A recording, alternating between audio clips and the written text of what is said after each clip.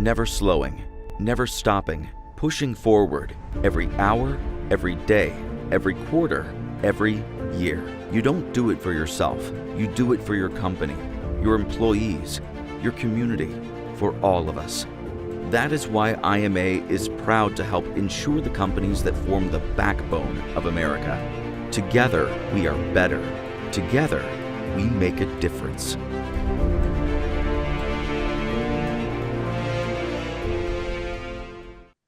Well, friends, we are grateful to be back with our good friends at Montana State University Northern, the Northern Lights, coached by Jerome Sowers. We will get into that interview quickly here in a moment, but first I'm going to bring in our strategic corporate partner, IMA Financial, and our good friend there, Bryant Tyler, for a quick welcome, and we'll go to that point in our recording today. Go ahead, Bryant. Yeah, thanks, Scott. Jerome, great to meet you. Excited for your upcoming year. On behalf of IMA, we're excited about our partnership with the Frontier Conference, and we're really excited to be able to sponsor these media days. A little bit about IMA. So we partner with over 130 colleges and universities across the country, providing services, consulting around athletic student health, employee benefits, and property casualty insurance. And really IMA as a whole, our roots run deep in the NAIA. We've got some really long, great standing relationships with the KCAC, the GPAC. And so to add a great conference like the Frontier Conference to that group was a no-brainer. And so really, Jerome, we're wishing you and your team, the president at the university there, the AD, your athletic trainers, your SIDs, everybody that's working behind the scenes to make this thing go. We're wishing you all the best year ahead, and to the players, have a safe, productive season. So happy to be here. Well, thank you. We sure appreciate, on behalf of everybody in the Northern Lights organization, your sponsorship, the Frontier Conference. Thanks for all that you guys do. Appreciate you, Bryant, and hopefully Blake and Josh and all the other good people at IMA are able to watch and be part of this. I'm going to turn the time over to our friend, the voice of the Frontier Conference, Rocky Erickson, so we can jump into our interview with Coach Sowers. And welcome, everyone, to the 2026 Frontier Conference Football Media Day East Division. The Frontier Conference Coaches Poll will be released next week, Tuesday, August 18th. The NAIA National Coaches Poll will be released on Monday, August 24th. Jerome Sowers, head coach at MSU Northern in Havre, Montana, the winningest coach in the Big Sky Conference history. Coach, year number one a year ago in the revamped Frontier Conference. Your thoughts on how that went last season? You know, we've improved, but I need to correct something real. Bobby Houck is now the winningest head coach in a Big Sky Conference history. So he beat my record just recently, and it couldn't happen to a better guy. You're still number one in my books, Coach. Rocky, is deeply appreciated. Thank you for the kind comments. You know, we're in fifth year now, and you know, building off of you know, we had growth last year, not as many wins as we wanted, certainly not as many as this program needs to reflect.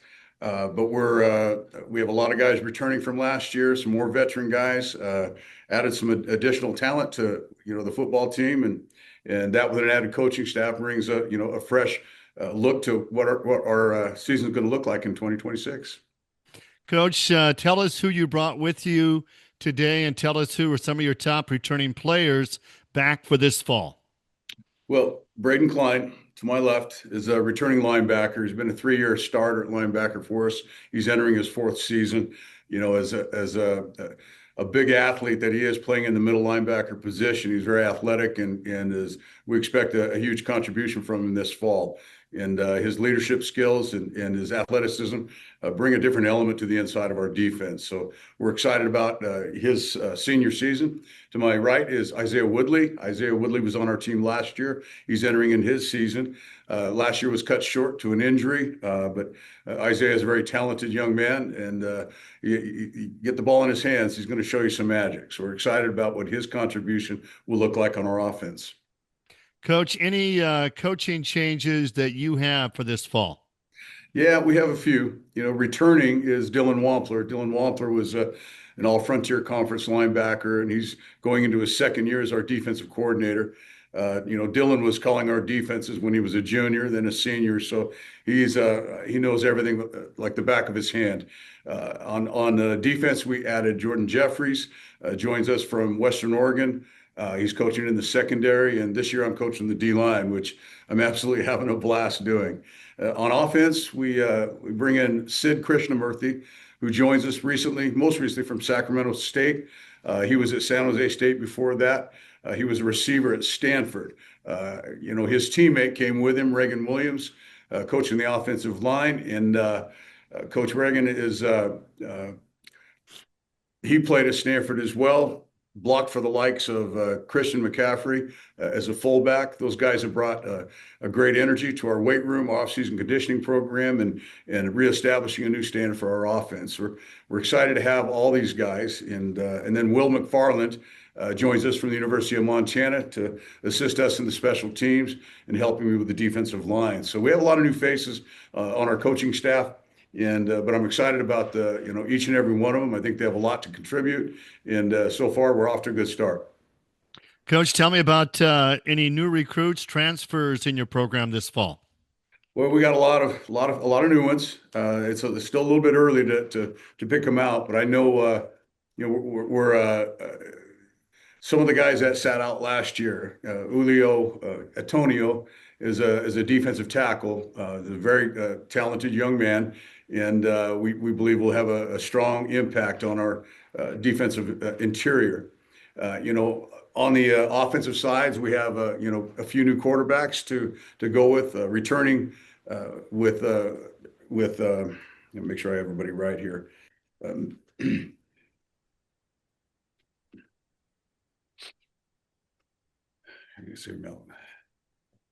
Sorry, Rocky. You have to get through all my notes. This is how many new guys we have that we do. Ethan Maroney returns as a quarterback, and he played last year. He's a very athletic guy. Was new to our system last year. We expect him to really be in the mix. Really excited about the JUCO transfer Malachi Statler. He came to us from Bakersfield, California, and Griffin Terry out of local Havre High School product is coming here as a true freshman. Is a very intelligent quarterback, and all three of those guys have a chance to make a mark this year. So it's a very competitive position right now. We're anxious to see how this plays out. It'll come this Saturday. Coach, tell me about your non-conference schedule. I see a lot of familiar Frontier Conference opponents.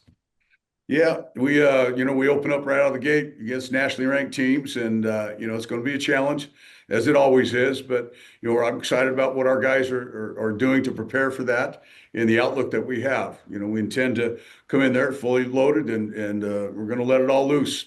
Game one week at a time. Braden, tell us about MSU Northern football. What do you like best about the school, Havre, and the program? What I like most about the school is there's trades and stuff that you can go into, and trades are something that you really need in today's world. So that's very nice, and school's really nice. It feels like everyone's like kind of friends with each other, and it's kind of like a family around the whole school. And the program's super cool too. We have a really tight-knit group, and we have a lot of fun together. So yeah. Isaiah, what positions will you be playing this season for the Lights? Yes, sir. To start, I'll be playing receiver mainly, and just kind of wherever, they need me to be. I'll be like the best teammate, and I'll go play pretty much any position that the coaches ask me to do, and, be the best teammate going forward. Coach, everybody's been talking about their football facility, Tillman Stadium. You've got a great facility as well on campus. Tell us about that. Well, the first phase of that, was the field and the grandstands on the west side, and that field is impeccable. I mean, I've been on artificial surfaces, at a lot of different levels. This is as good as any field I've ever had the opportunity to coach on.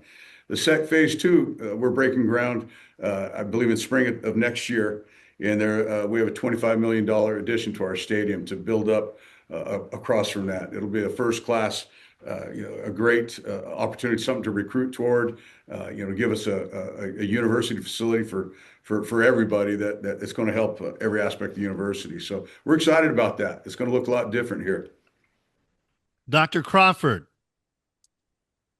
Well, I want to remind Coach, last time I saw him in person, we were both wearing shorts, and I think it was below freezing, and we seem to be brothers of a cold climate. So I just have a fond memory of that, Coach. But love to just give you an opportunity to pitch uh, what it means to be on the High Line, the kind of kid that you are trying to recruit to be part of the your program there.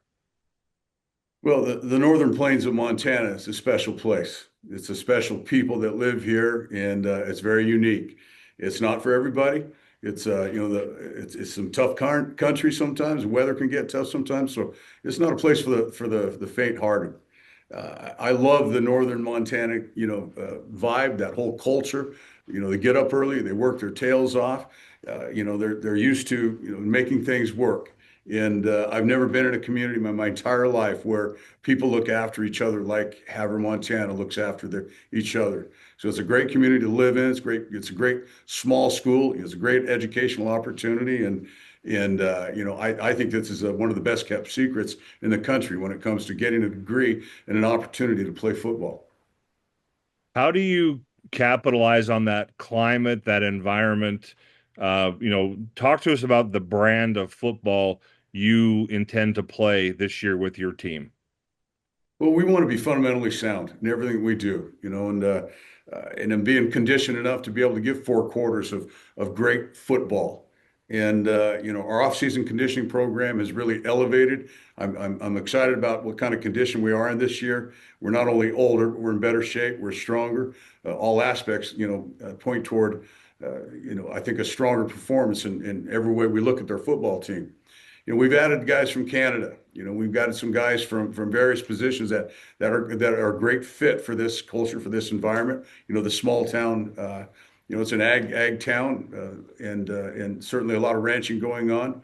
But I just think we're a unique opportunity to give Northern Montana a college football team they can be proud of, they can call their own, and take pride in. We haven't been that way, in my 4 previous years, but we intend this year to be different. Appreciate you sharing those thoughts with us, Coach. My last question is directed to your 2 student athletes. I'd love to hear from Braden. You mentioned this a little bit about trades. Talk to us about what you are studying at the institution, what that leads to your future after playing football, and then we'll have Isaiah comment on the same topic of what he's studying at Northern. Right. So yeah, my first 2 years I was in the electrical program, and my last 2 years I'm taking plumbing, and those are super big trades to be in. This day and age, because AI can't take that over, and people need that. And so yeah, I intend to go into plumbing when I'm all said and done with football, and yeah. Yeah, and for me, I'm studying criminal justice, and I think the best thing for me about coming to Northern is you really get to connect with your teachers and your advisors and stuff. You really get to have a relationship, one-on-one like time with them to let them know what your goals are, which mine are to be a police officer one day. And I think a small university allows you to connect with not only the students here, but the teachers that also have your back and are also willing to help you with your future. And I feel like that's what one of my advisors has done. He's given me job opportunities, which are going to lead for a lifetime. Football is going to stop one day, but I feel like the relationships I've made at Northern and the relationships I've made with my teachers, honestly, are going to help me for the next level of life and what I want to do with my job. Guys, I appreciate the passion I hear in your voice, both Coach as well as Braden and Isaiah. Rocky, let's turn the time open to members of the media for them to ask questions. Mr. Shepard, go ahead. Hey guys, Daniel Shepard here with 406 Sports. Braden, Coach talked about being year 2 with Dylan Wampler as the defensive coordinator. With him being a former player, what have maybe you learned about him, or kind of playing in his defense? How has kind of that made you yourself a better player and kind of elevated the defense, I guess? Well, I feel like having played with Coach Wampler, it brings like a level of respect and friendship for each other. And he's super smart. I've never been around a player slash coach as smart as him, and super blessed to have the opportunity to play with him and under him. Then to go from 6-man football to 100 tackle season last year, what has that transition been like for you? It wasn't easy at the start. I didn't even know what cover two was when I first came to college. So, I mean, that might tell you something, but these coaches made it super easy for me to learn and start playing at a high speed pace. Awesome. And then, Coach, you talk about being in year 5. Do you feel like, as a team, you're kind of building toward an identity? And if so, what would you like that to be? Well, we're looking for excellence on the field, off the field, every walk of life. This is a transformational program. We're not here just attempting to win games. We're going to be absolutely better at that this year, but it's how these young people are turning and maturing into adults. And I'm excited about the growth that I see in the young people that are getting their degrees and setting themselves up for a challenging economy ahead. But we're building a family here. We want to be known as one of the tightest teams in the country, and I just love these guys, man. It's a great group to work with, and I'm excited about what their opportunities that lay ahead of them this year. Do you feel like this might finally be the year that you guys maybe break through a little bit and win multiple games, I guess? That's the plan. What do you see out of your team, I guess, early that gives you confidence, I guess? I thought our first scrimmage last Saturday, we really got after it. And, usually you kind of have a feel to the end point about when your guys are out of legs. And I think, we went 65 reps in live conditions, and a lot of guys took a lot of snaps. And I was surprised at how fresh everyone was after that. So I'm excited about the maturity of our football program and their contact conditioning. And then lastly for me, Coach, just a quick question. Is Michael Watkins back for you guys defensively? He is not. Okay. Thank you. I appreciate the time. Keep your eye out for T.O. Tupou and Dimani Wright. We've got some pass rushers still coming that I think will continue the kind of pressure we can put on with the defensive end position. Okay. Oh, and then one more thing I wanted to ask. Are you guys going to be using the digital wristbands? I know that got approved by the NAIA this year. We're working on that. We're working on our technology. Thanks, Daniel. Thanks, Scott. Coach, I love the fact how you described the High Line. I grew up in Vida. I went to high school in Wolf Point, and you got to be tough up there. So well said. And I love the fact we got a policeman and a plumber in the future. That's fantastic. Coach, players, wish you the best of luck this season. Stay healthy. Have fun. Thank you. Rocky. Appreciate your time. Thank you. Never slowing, never stopping, pushing forward every hour, every day, every quarter, every year. You don't do it for yourself. You do it for your company, your employees, your community, for all of us. That is why IMA is proud to help ensure the companies that form the backbone of America. Together, we are better. Together, we make a difference.